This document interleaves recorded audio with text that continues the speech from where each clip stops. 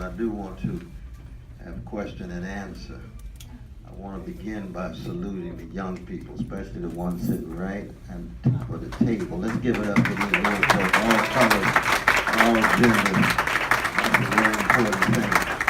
And I say that because I'm just so blessed to come to East St. Louis. East St. Louis is such a unique, distinctive, and singular place in the history of this nation, the history of the struggle for freedom, and the history of that love caravan that we will be talking about today. Some of the names are more well known, but I'm talking about those Sly Stone called everyday people. The ones James Cleveland called ordinary people, who embody the integrity, honesty, decency, courage, willingness to tell the truth and take a risk.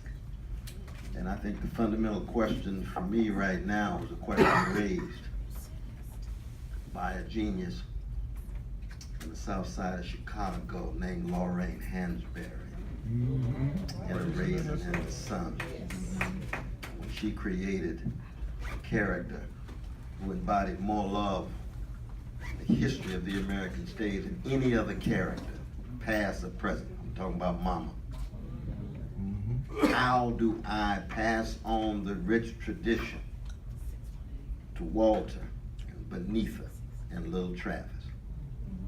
And by Walter and Benitha, we talking about the younger generation, and by Travis, we talking about the real young ones. So with my dear brother, the artistic genius and spiritual giant that he is, Eugene Redmond, when he asked me to come, I said, I'm coming. You asked me. He gives me instructions, I move.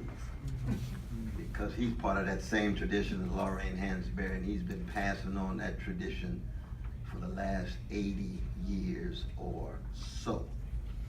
But most importantly, I think we have to have a dialogue with the younger generation to try to learn from them. That's why I've been studying this video by Childish Gambino, I think his name is. Yeah. You all know what I'm talking about? Yeah. This is America. You can see Marcus Garvey in that video.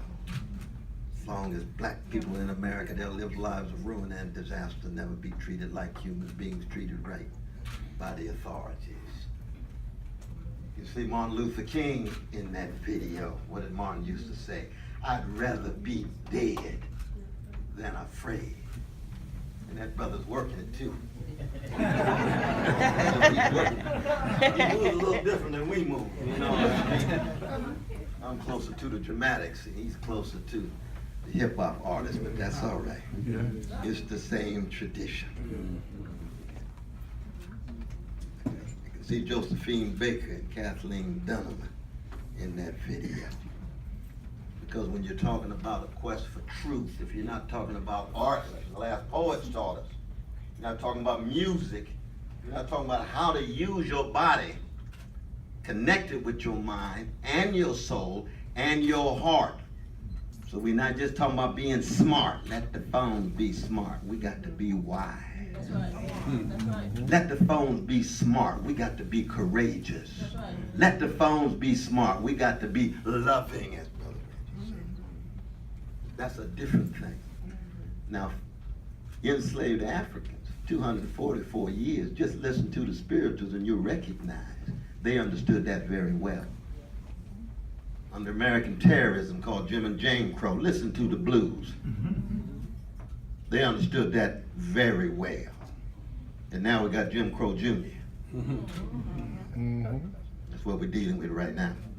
Not just a new Jim Crow and the mass incarceration regime, but neighborhoods still segregated, schools still segregated, social networks still too segregated. You see. But listen to Stevie Wonder, Gene Chandler, Curtis Mayfield, Earth, Wind and Fire, Temptation, Michael Jackson, Prince. What they talking about? They're not just entertainers, they're love warriors. Well, Younger generation, can you keep that love tradition alive? And we're going to be talking about that this afternoon. Sure enough. We're going to be talking about that this afternoon. Sure enough. Glad to see Brother Kendrick Lamar gets the Pulitzer Prize. It was a prize that was given to Duke Ellington and refused by the committee, so Duke never received it. So Kendrick gets it and Duke doesn't. Love it, Kendrick Lamar. But I remind that black young genius that there's a royalty behind him like Duke and Count and Divine Sarah and Prez and Lester Young and the others that helped produce who he is. And at the same time, as an older brother, we cannot be who we are without the young people stepping in. Right, that's right. Or all that struggle would have been in vain. For nothing. That's a whole lot of blood, sweat, tears, bodies hanging on trees, folks spit on, rebuked, scorned, dishonored, devalued.